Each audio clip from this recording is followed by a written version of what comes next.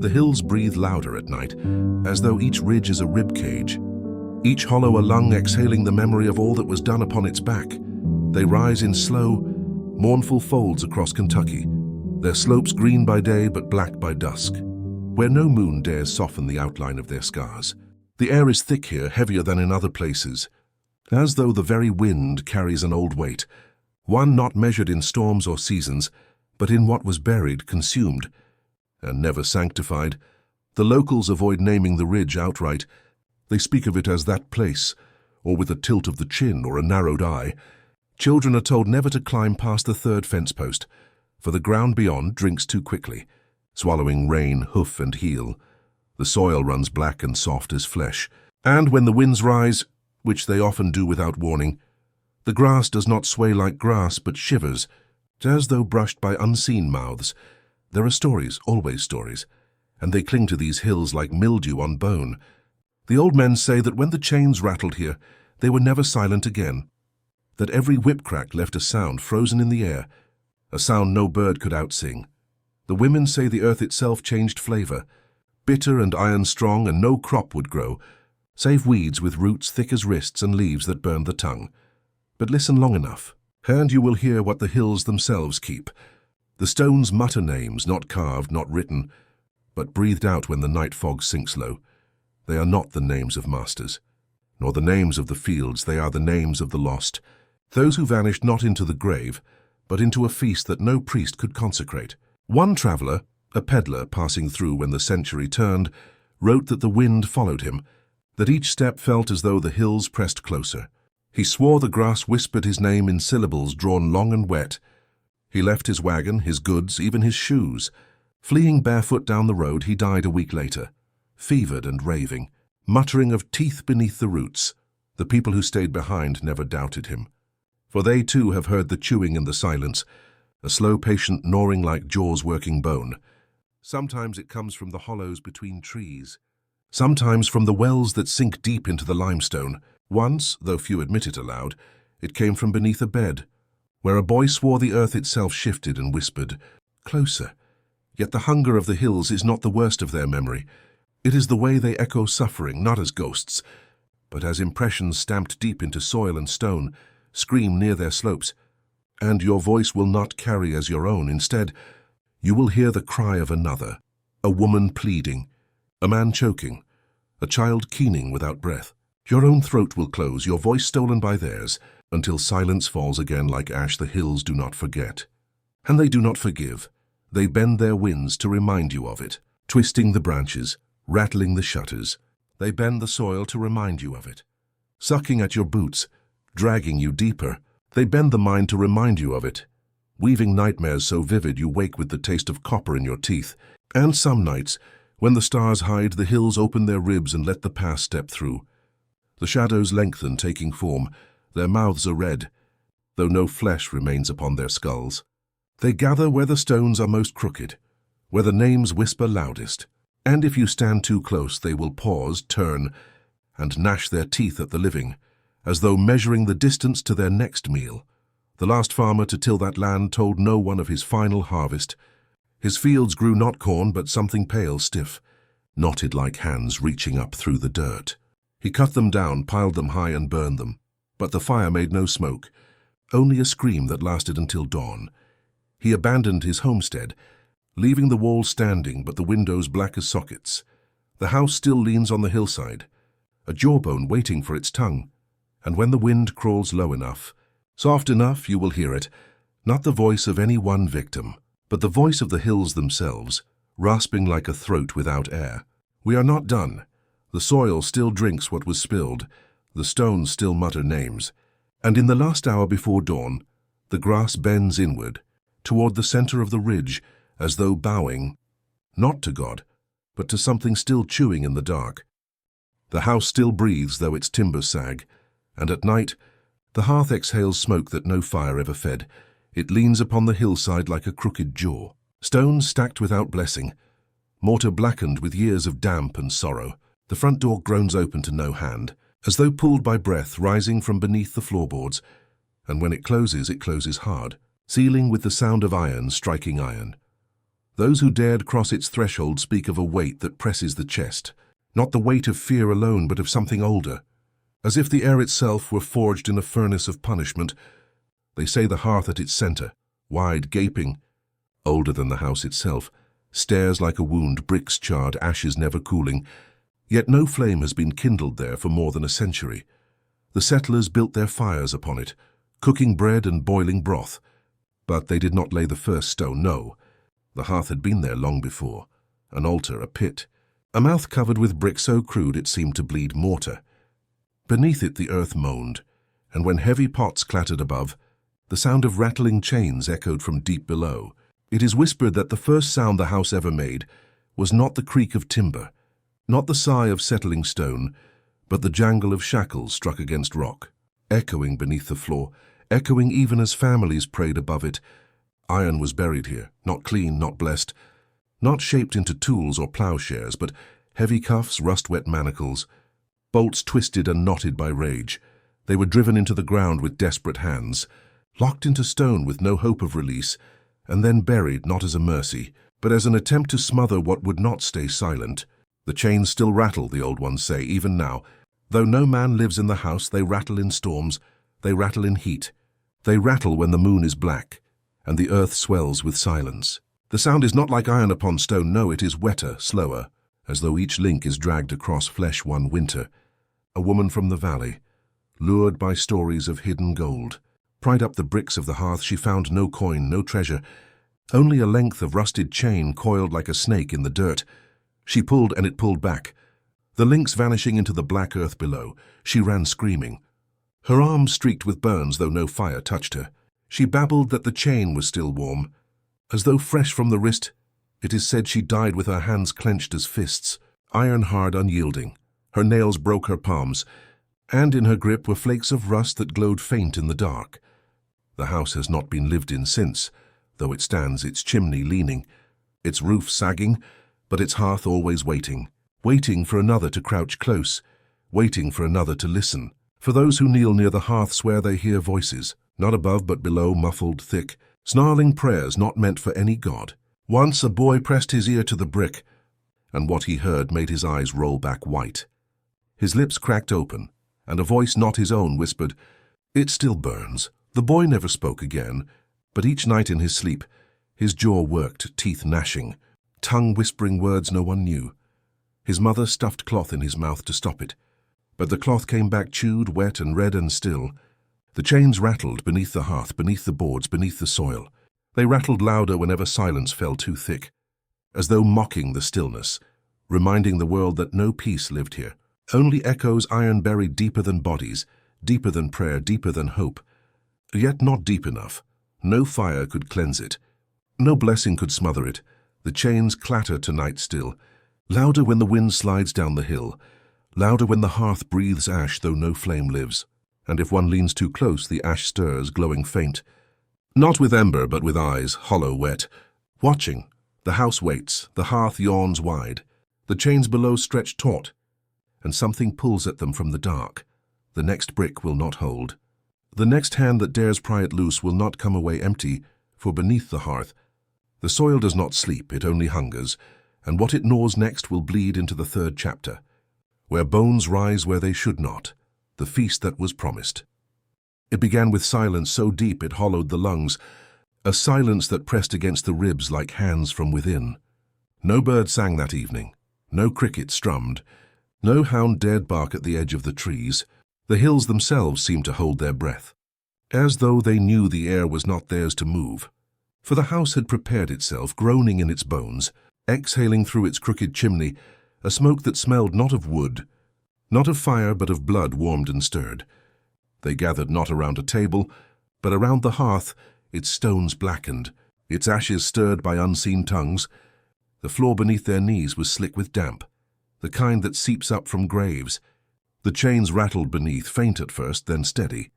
Like a drumbeat guiding a procession to slaughter, it was not bread that broke that night, nor wine that poured, no blessing was spoken, no prayer lifted. Instead, silence sat like a priest, officiating without words, and the first taste, the marrow of silence itself, was swallowed whole. One by one they leaned forward, their shadows stretching long upon the walls. Faces gaunt, eyes hollow, hunger carved into their cheeks. But their hunger was not for food, no, it was older, sharper. It was the hunger of injustice, of torment carried too long, of vengeance coiled like a serpent in the belly. A woman, her wrists scarred with rust's memory, lifted her hand to her mouth. Her fingers trembled, but not with fear. She bit down upon her knuckle hard until blood welled. She did not flinch, she did not cry. She whispered through clenched teeth, "Let it begin." And so it began. The marrow of silence gave way to flesh. The flesh gave way to bone, and bone, once gnawed clean, cracked in their jaws like dry twigs. What was eaten that night was not for survival. No. The earth still bore roots. The streams still carried fish. But those could not satisfy. Those could not answer centuries of chains, centuries of burning sun upon bent backs, centuries of laughter ringing from porches, while screams rang in the fields. What was eaten that night was justice, justice red and steaming, justice torn with teeth and swallowed without prayer, justice that dripped from lips and pooled upon the floor. Sinking into the hungry soil below, the house groaned louder, boards quivering, rafters creaking as though it too consumed, as though each swallow above echoed with a swallow below. The chains rattled wildly, striking stone, singing their iron song, each link clashing as though clapping for the feast. Voices rose then, not spoken, not sung, but hissed, murmured, moaned. They did not speak names aloud, but each knew whom they consumed. Each bite was a curse, each swallow a sentence. The marrow of oppressors filled their mouths. Sweet as victory, bitter as ash, outside. The wind keened low, crawling through the trees like a thief. It carried the scent far, far down the valley, and those who breathed it in swore they could taste iron on their tongues.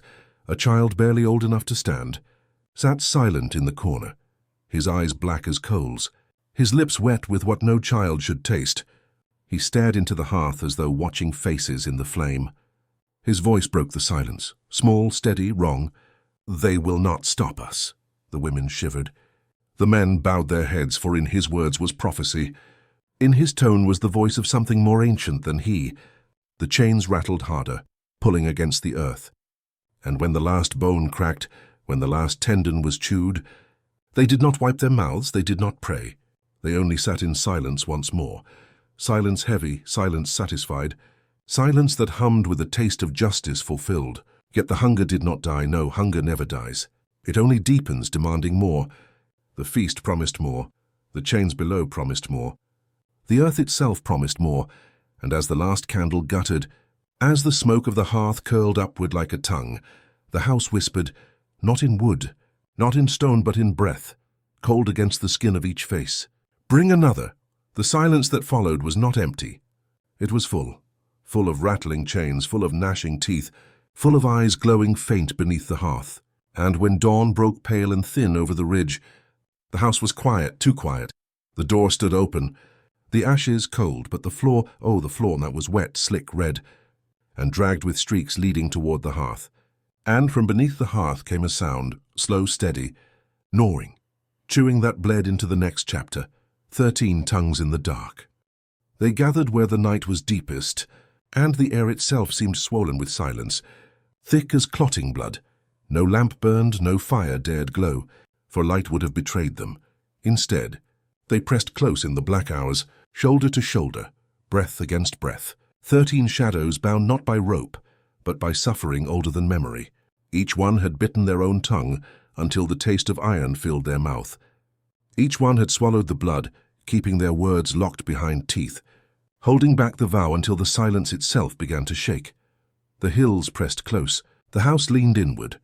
The chains beneath the hearth rattled faint, faint, faint, as though waiting for their chorus. And then, when no owl called, when no branch stirred, the first voice rose, low, wet, broken.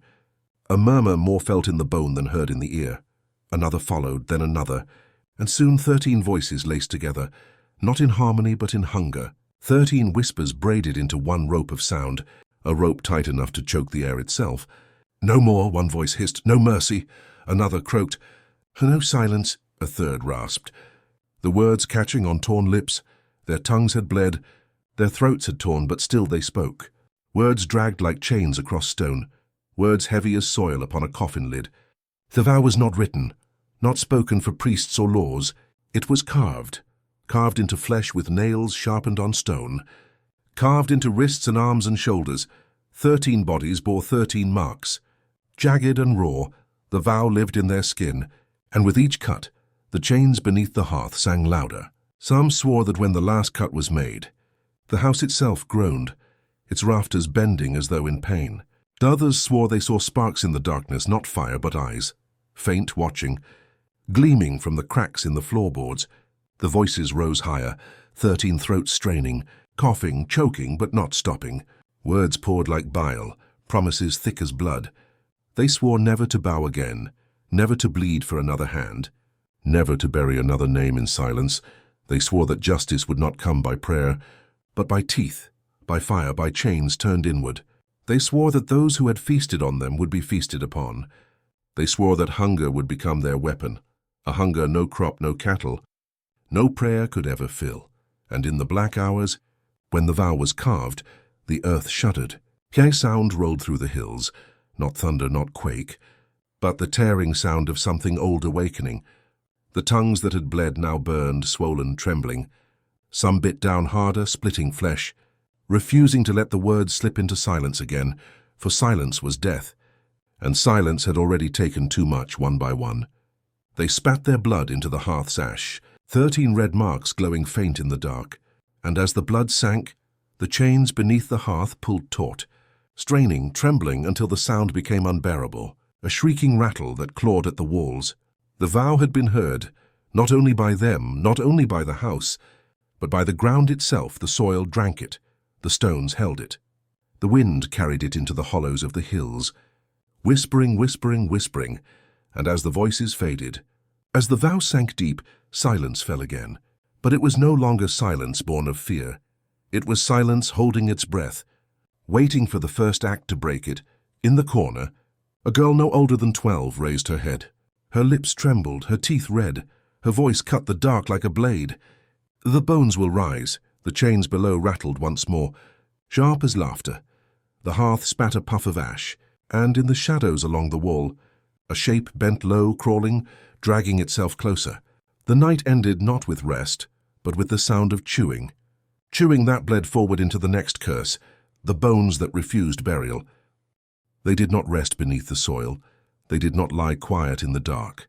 Instead, they rose again beneath clawed hands and hungering mouths, their whiteness gleaming like beacons in the hollow's endless night. It began with a shovelful of earth displaced, not by the hands of grieving kin, but by those who had sworn never again to be buried beneath another man's cruelty. The night smelled of wet clay and iron.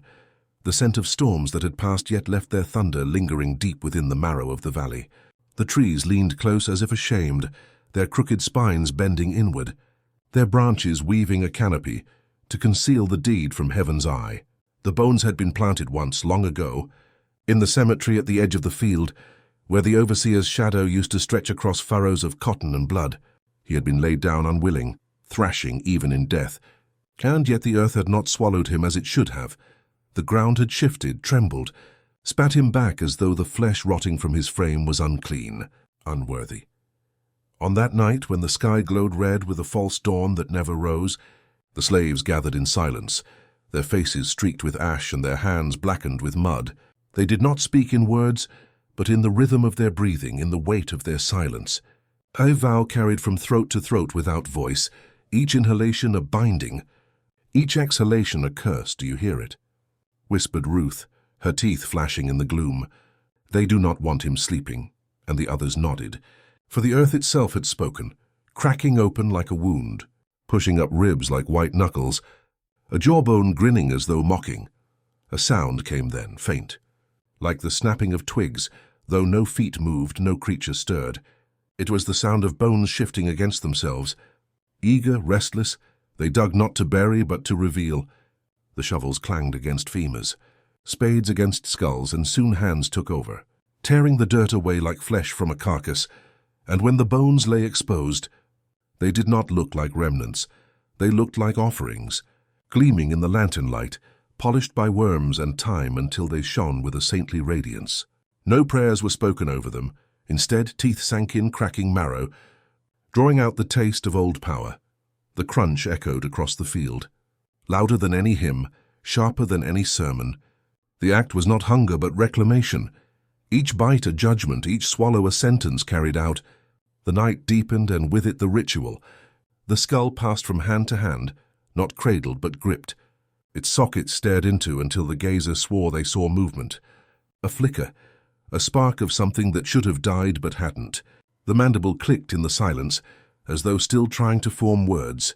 Curses half-uttered, pleas half-swallowed. "Keep chewing," murmured Samuel, his eyes reflecting the dim light like those of a beast. "If the bones remain, he remains," and so they gnawed, each one taking from the relics what the soil had refused to consume. The gnashing grew rhythmic, a macabre liturgy that rose and fell with the wind. The sound became indistinguishable from the cicadas, from the rustling of trees, until the very land seemed to join in. But the bones did not lessen.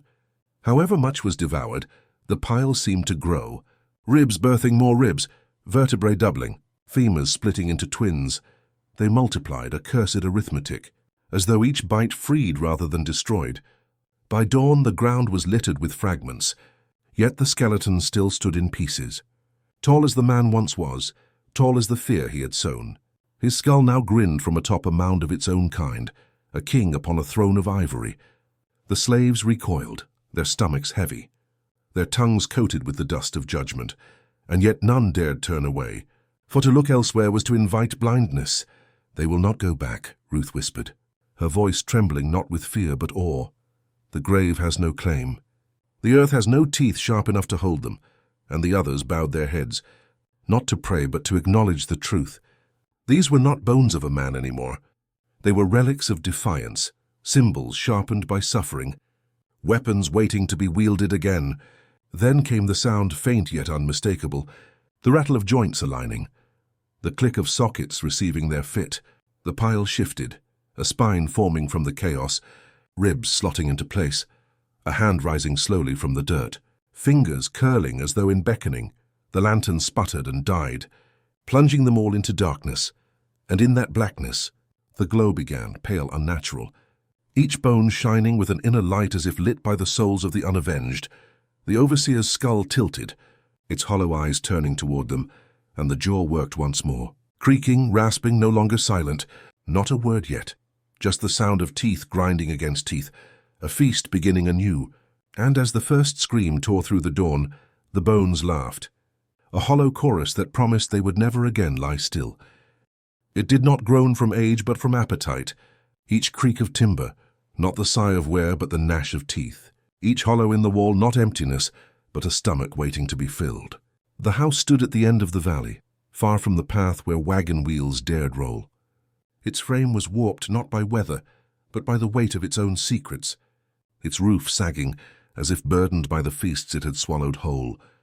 Its shutters clung to hinges though no wind touched them, as though unwilling to open, unwilling to reveal what they had seen. The slaves whispered of it even before the first body vanished.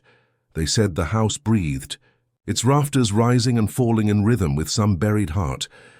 They said the boards beneath one's feet felt warm, pulsing faintly, as though walking not on oak but on living flesh stretched thin. That night, lanterns flickered in its windows, though none had been lit, a glow like marrow catching fire from within. Ruth was the first to step across the threshold, her hand brushing the splintered frame, and she swore she felt it twitch beneath her palm. As though the doorframe itself recoiled, inside the air hung heavy, thick with the musk of mold and something sweeter, the unmistakable perfume of meat, long since cooked yet still lingering. The floorboards did not wait long to speak. They groaned, then sighed, then clicked in a rhythm unmistakably like chewing. "Do you hear it?" whispered Samuel, his voice barely a breath. "The floor knows us." The others stood silent, for they too had felt it, the way each step was answered, the way the planks pressed upward against their soles like tongues tasting salt. The walls bulged faintly, seams widening as if stretched by unseen hands, and with every second they lingered, the temperature rose, not with the warmth of fire but with the fever of a body. Ruth placed her ear to the wall and flinched. Her face went pale, her lips trembling. "It's swallowing something," she said. Something still alive. They pressed their ears too, one by one until they all heard it, the muffled struggle, The wet collapse, the final sigh of surrender, swallowed whole. The sound traveled through the studs, like a voice whispered through bone.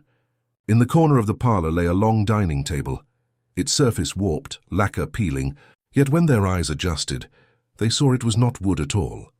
The sheen was too wet, too raw. The table had the texture of skin, stretched taut.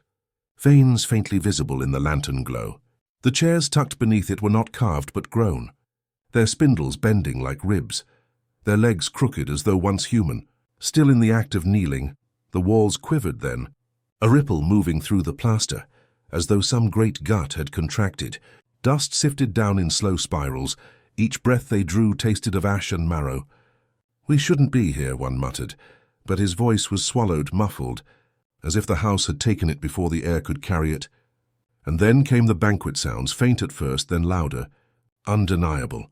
The clinking of unseen cutlery, the low murmur of voices, the scraping of teeth against bone. They turned, but the room was empty save for themselves. Yet the echoes persisted, circling them, closing in. The floor beneath Ruth's feet swelled suddenly, bulging upward, as if a bubble of air had passed beneath the boards. She stumbled back and the wood split, a seam tearing open to reveal not foundation but a dark, wet cavity. From it rose the scent of blood, thick and coppery. A tongue, broad as a beam and slick as river rock, slithered up between the planks, tasting the air. They screamed then, all but Ruth, who only watched with eyes wide, her lips parted, as though she had expected this all along. The tongue withdrew, but the split floor remained open, pulsing like a wound. The boards at the edges softened, sagged inward, revealing teeth, not iron nails but true teeth, white and jagged, sprouting from the grain like seeds. The house was not built, they understood then. It had grown. It had been fed and had learned to feed. "We are standing in its mouth," Samuel breathed, his voice a prayer and a curse at once. The lantern sputtered, shadows rolling across the walls, and in those shadows they saw outlines, figures hunched in eternal feasting, their jaws moving, their hands lifting invisible morsels to lips long gone. Each shadow looked familiar, too familiar, faces they knew from the fields, from the cabins, from graves dug shallow. The house had not devoured strangers. It had devoured them, kin, brothers, mothers, all swallowed and pressed into its marrow. The walls heaved again, a wet shudder that rattled the window panes. The ceiling bowed downward, as if the roof itself meant to collapse and consume. The doorframe behind them sealed tight, no seam, no crack, as though the house had stitched its lips closed. The dining table groaned, the skin stretched, and then it opened, a seam parting across its length, revealing a cavity beneath. Inside lay bones, hundreds, gleaming with saliva yet not still. Each bone twitched, clattered, aligned itself into half-formed shapes that rose and fell, as though restless, as though eager. The walls moaned, and the sound was not the sound of timber, but the deep guttural cry of something ancient and starving.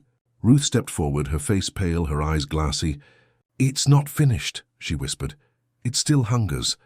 And before anyone could pull her back, the table split wide, and from the dark beneath, a hand of bone and sinew reached upward, slick and trembling, grasping for her throat.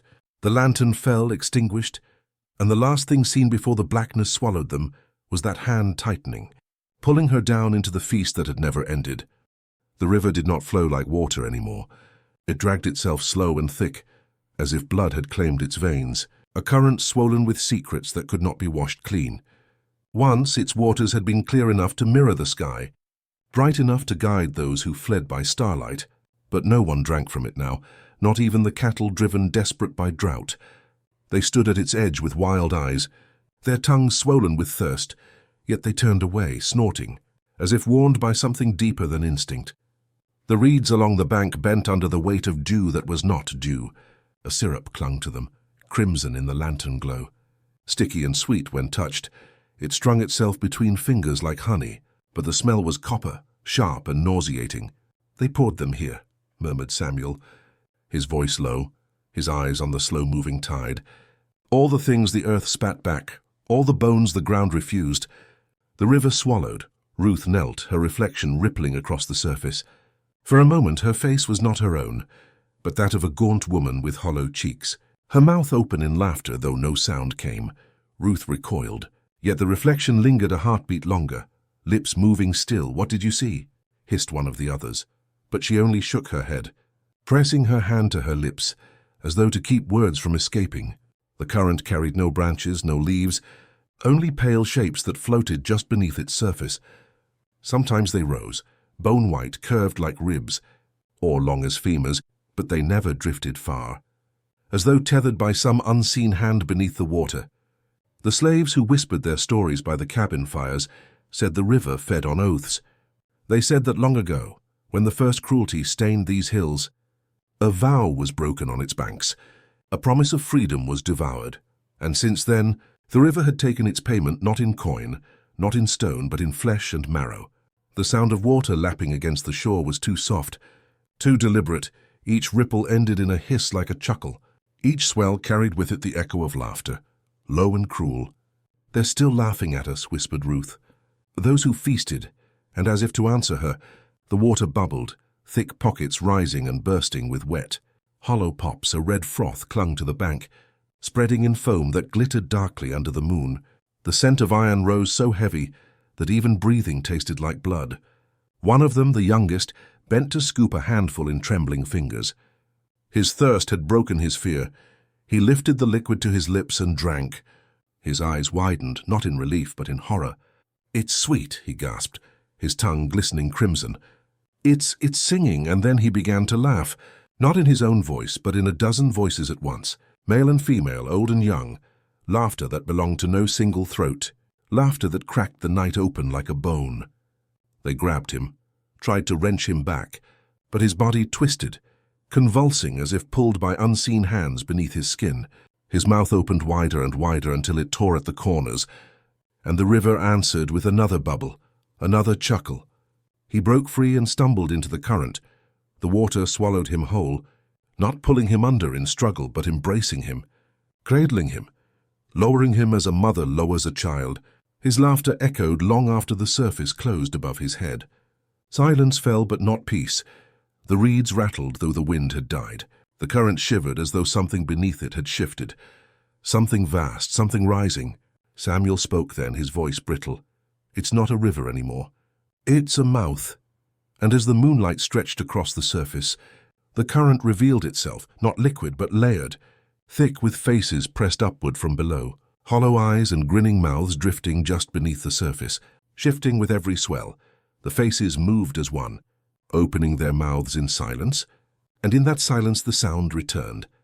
Not water, not wind, but a single drawn-out laugh that filled the valley. The reeds bent low as if bowing. The current thickened, pulling outward, as though the river itself were rising to its feet. And from the middle of the stream, where no bottom should be seen, something broke the surface, not driftwood, not stone, but a long white arm, skeletal and dripping, reaching toward the shore as if to invite them closer. The water lapped in rhythm with its movement, each splash sounding not like waves, but like a throat clearing preparing to speak. It burned when no fire should burn, a glow that clung to the doorway as if the house itself exhaled it, steady and patient, like an eye that never blinked. The lantern had been hung there by no living hand, its iron frame rusted, its glass fogged with age, yet the light within pulsed as though drawn from marrow instead of oil. Thick and pale, not the yellow of a hearth flame, but the color of fat rendered down.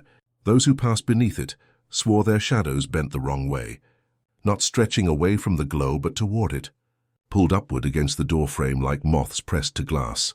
Some said the lantern did not merely cast light, it drank. It stole, it fed. Samuel was the first to step close, his breath white, though the night was not cold. The glow pressed against his chest like a weight. Sinking into his ribs, he staggered back, clutching himself, and whispered, "It knows my heart." Ruth's eyes lingered on the flame, if flame it could be called, for it was not fire at all, but something slower, thicker, a coil of brightness that writhed in silence. Shifting as though alive, it pulsed like a throat swallowing. And with each pulse, the shadows behind them stretched longer. "Darker." "They said it never went out," she murmured. "Even when the house burned, even when the ashes cooled. It stayed." The others drew closer despite themselves, for there was something in the glow that did not allow turning away. It drew the eye, the way a wound draws flies. The light was not warm, yet it carried with it the memory of warmth, a cruel mimicry of comfort. When Samuel lifted his hand toward it, the glow recoiled, not like fire shrinking from a breeze, but like flesh tightening from a blade. And in that moment, the light revealed something hidden behind the glass. Not a wick, not oil, but a cluster of teeth, small and many, gnashing silently as if eager. Each spark of glow leaked from between those teeth, squeezed out like marrow from bone. They staggered back, yet none turned away, for the lantern shifted then, its glass fog clearing as if wiped from within, and a face appeared, and faint, blurred, but human. The eyes were hollow sockets, but the mouth was unmistakable. A grin wide and cruel. "Do you see them?" Ruth whispered, her voice trembling, and yes, they all saw. For behind the teeth, behind the glow, there were faces pressing forward, pressed like flies into amber. Faces they knew, faces lost, faces buried in shallow graves by the fields, faces drowned in the red current of the river. Each of them frozen in silence, yet their mouths moved, shaping words that could not pass through glass. The lantern groaned, a sound not of metal but of hunger, and the doorframe rattled, as though it too felt the strain of what the lantern contained. One of them stepped too close, the youngest, always the reckless, and the glow leapt. A tongue of light uncoiled through the glass like a striking snake. Wrapping his wrist, his scream was muffled, swallowed, as the light dragged itself into his flesh, burrowing like fire that burned inward, not outward, his veins lit beneath his skin, glowing white, tracing every path of blood until his whole arm shone. "Cut it!" Samuel roared, seizing a rusted blade from the porch. But when he slashed, the light did not sever. It sank deeper, pulling the boy closer. His mouth opened, his eyes blank, and in a voice not his own he whispered, "It eats the dark we hide." The glow surged, swallowing him whole, dragging his body into the lantern itself. For a moment his face was visible behind the glass. Pressed beside the others, his mouth grinned though his eyes begged. His scream came as a flicker, as a sudden flare of brightness that dimmed to nothing. The lantern quieted, the glass fogging once more. The doorframe ceased its rattling. The glow steadied, calm as breath, as if satisfied. As if sated for now, they stared in horror, but none moved. For the light shifted again. Not brighter, not dimmer, but sharper, clearer.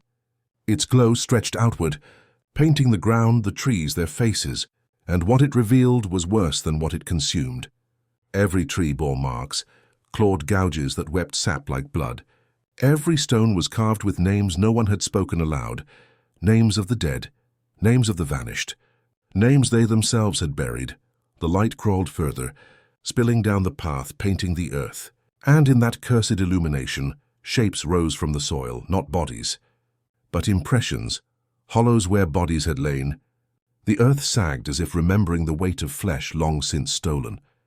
"The lantern shows what should stay buried," Ruth said, her voice breaking into a sob, and as if to prove her right, the glow stretched one final time, reaching across the threshold into the house, revealing the walls, the stairs, the ceiling beams, and all of them moved.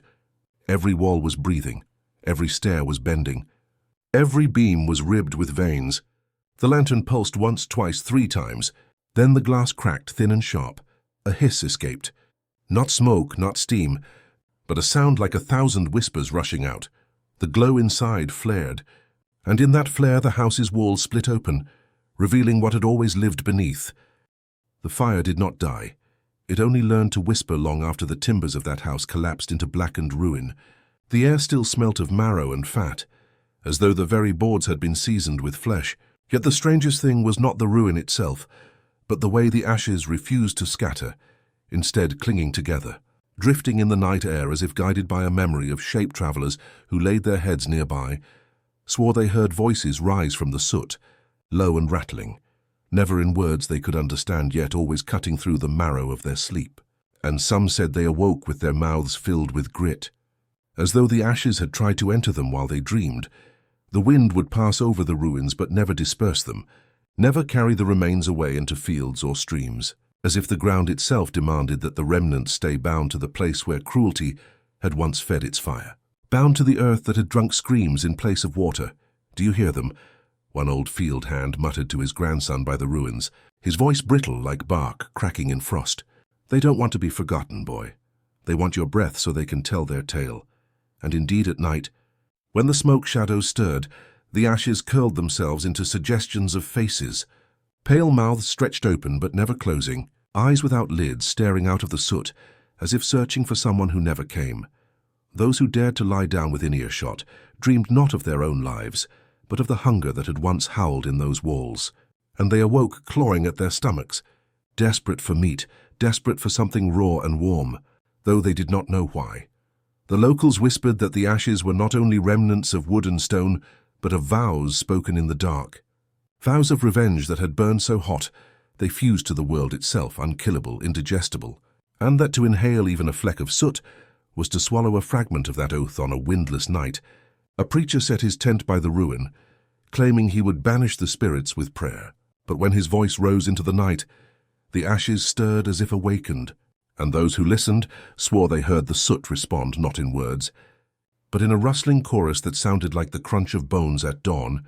They found the preacher still kneeling, his Bible open, his eyes black with soot, his tongue swollen and grey, as though he had been fed a sermon in reverse. The place was abandoned after that. Yet the rumour clung like smoke, that if you dreamed within 3 miles of the ruin, you would hear the ashes gather, whispering against the floorboards of your mind, begging to be carried in your breath, begging to ride you into the next waking world. And sometimes when the moon hung heavy, travellers spoke of seeing faint footprints of soot leading away from the ruin, trailing off into fields where no one walked, as if something had finally been given a body again and was now roaming, looking for flesh to fill its hunger. The ashes had spoken in sleep, but no one dared to listen fully, for those who did never rose clean, never rose whole, and some never rose at all. The night the voices ceased, the earth itself seemed to lean closer, listening for what had been stolen. It was said that the hills of Kentucky had always held a strange echo, a trembling undercurrent that made a man's shout return to him weaker, thinner, as though something unseen had taken a bite before sending the sound back. And when the last of those screams faded into the blackness, the hills did not fall silent. They opened their throats. The wind was the first to change, no longer rushing free but dragging, as though pulled across teeth, every gust carrying a faint wail, not mournful but gnawing, a sound that made the horses rear and the hounds refused to cross the ridge. Old women, their hands cracked from work and time, warned their children, "Do not listen, close your ears, for the land is swallowing the sound of us, and it will eat more than voices if you let it." And they crossed themselves with motions older than the Bible, gestures handed down before memory was written. But the young were curious, and curiosity is the marrow of hunger. They climbed the hills and pressed their ears to the soil, and when they returned, their mouths hung open, their throats bruised as though invisible fingers had seized them from within, and though their lips moved, no sound came, only a dry hiss, the sound of air escaping through ash. "The hills are learning our language," a ragged man croaked one dawn, eyes wide with sleepless terror, "and when it speaks back, we will not survive the telling." The ground beneath the old slave quarters was said to hum at night, a low, droning chant that rattled the bones of those who dared step too close, and some swore the roots of the black trees twisted in rhythm with that hum, rising out of the soil like crooked fingers, reaching for a sky that would not take them. The silence after screaming was not peace. It was appetite.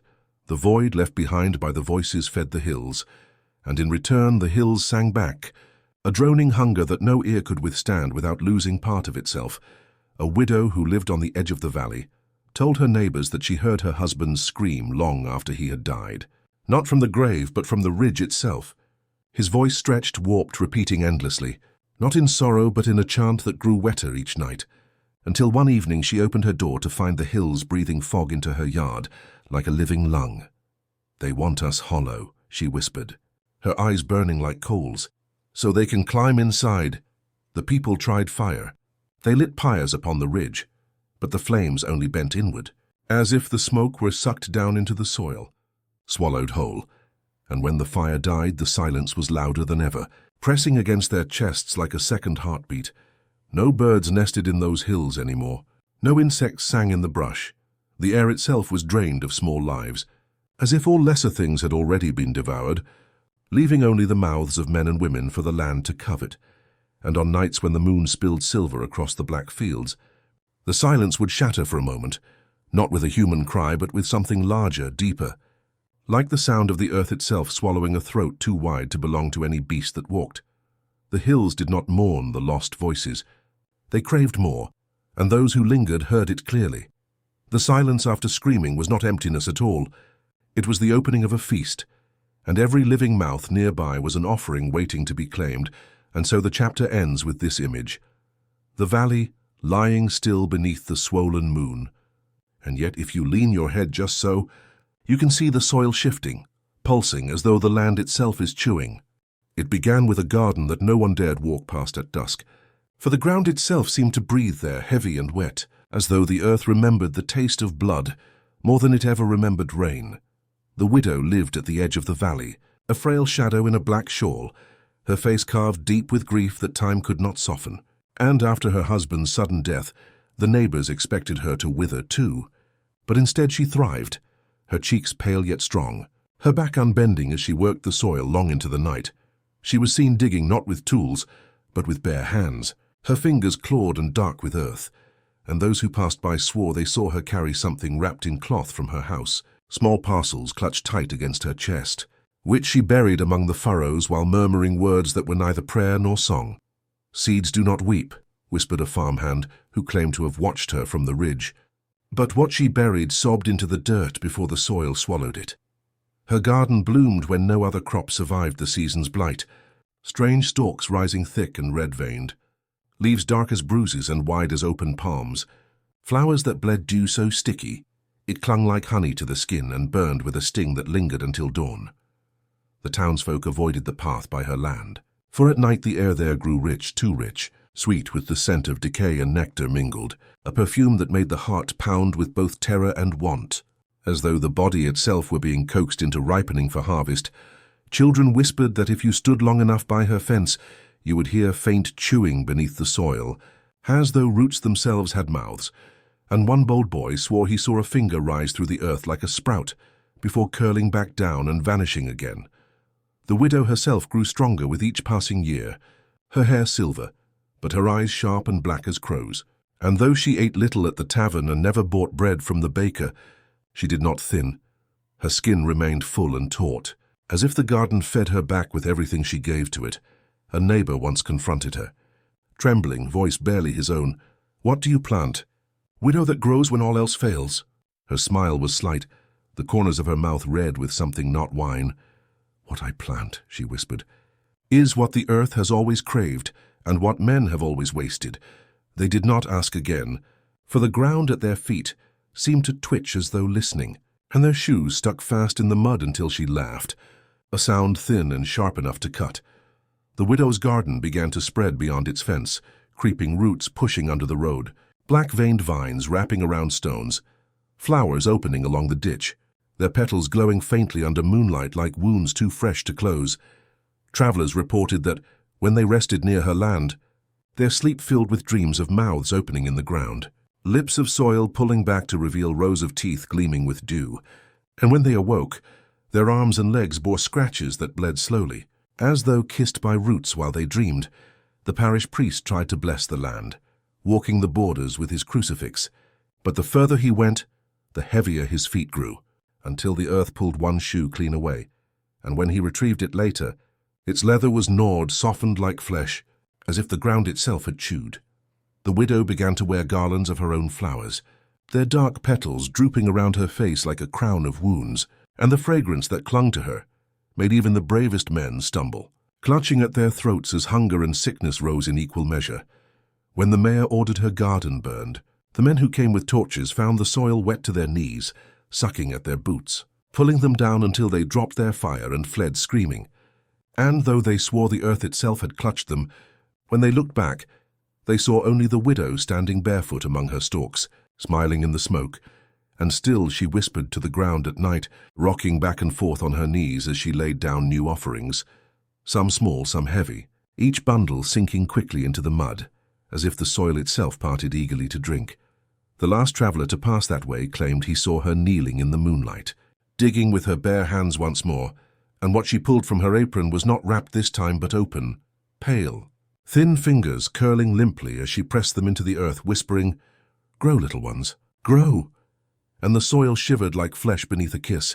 The townsfolk knew then the truth of her survival, though none dared speak it, that her garden was not of seed and rain, but of marrow and grief, and that the earth beneath her home had become a mouth, endless, hungering, faithful only to her. And so the chapter closes on the cursed image, the widow standing at dawn, her black shawl flapping like wings, while behind her the garden breathes, and each blossom opens not with petals but with teeth. They did not rise with trumpets or prayers, but with the soft shudder of soil loosening, as if the earth itself spat them back in refusal, for even graves have limits to what they will keep. The night they came was marked by no storm, no omen in the sky, only a silence so thick the owls dared not cry, and the dogs tucked their tails beneath them. Whimpering low at doors they once guarded with pride, from the fields they emerged, the unburied, the once chained, the broken, who had been thrown into shallow pits, yet they no longer stooped. No iron weighed them, their backs unbent, their mouths stretched wide into smiles too broad to belong to flesh. Their eyes were pits, hollow caverns where no light dared rest, and within that emptiness burned something far older than hate, a hunger that had learned patience through centuries of silence. The first to see them was a milkmaid crossing the ridge, lantern in hand, her light falling upon a figure she thought was a lost traveler. But when he turned his head, his face split from ear to ear in a grin that showed no teeth, only darkness curling back into endlessness. She dropped the lantern, flame hissing out in the grass, and swore she heard his voice in her skull rather than in the night. "We walk now, and the earth no longer keeps us."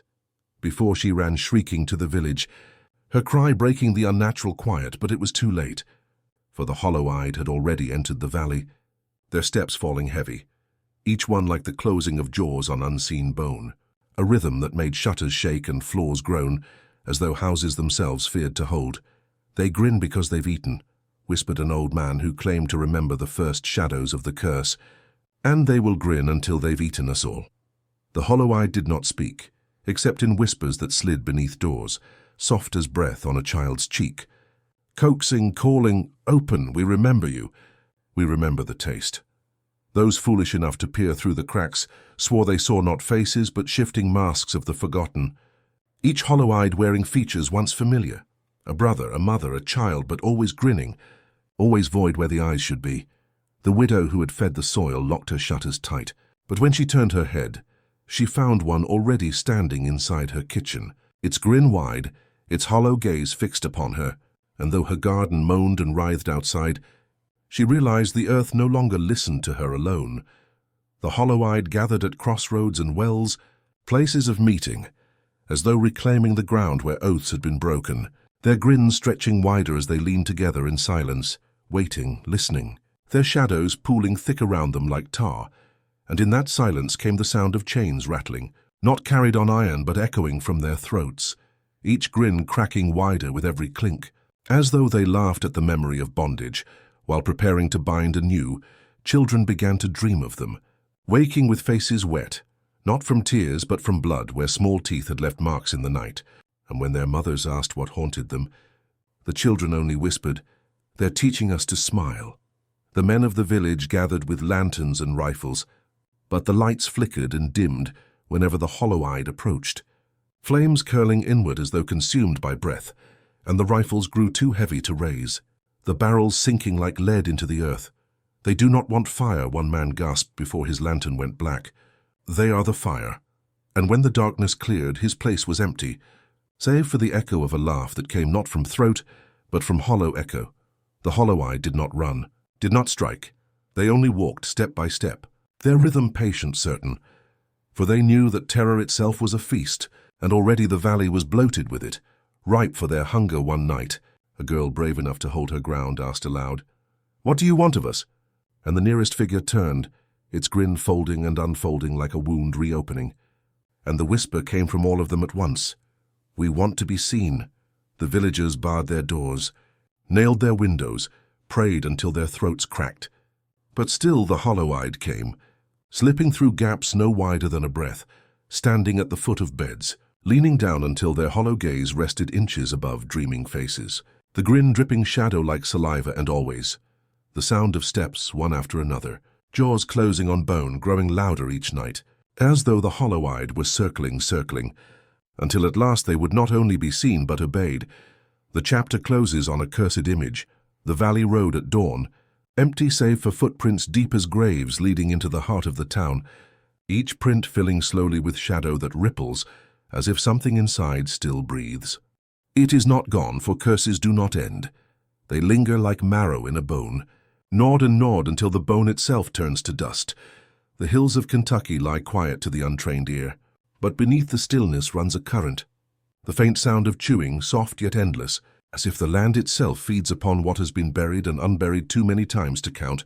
No map dares mark the place. No surveyor's hand draws lines where the soil refuses to keep still. For every attempt fades from paper, the ink eaten, the names blurred, as though the land itself swallows recognition, the way it swallows flesh. Travelers speak of a road that should not exist, one that appears only on moonless nights, a path that winds into hollows where no bird calls. And those who walk it swear the trees lean inward, their bark slick with breath, their roots wet with things no rain has left her. Those who return, and few do, bring with them voices that are not their own, whispers threaded through their speech like parasites in blood, muttering of hunger, muttering of teeth, muttering of a family that was never fully fed. "Don't stop," one ragged survivor once cried, his hands clawing his own throat as if to silence the echo spilling from it. "Don't stop to listen. The chewing grows louder when you notice it.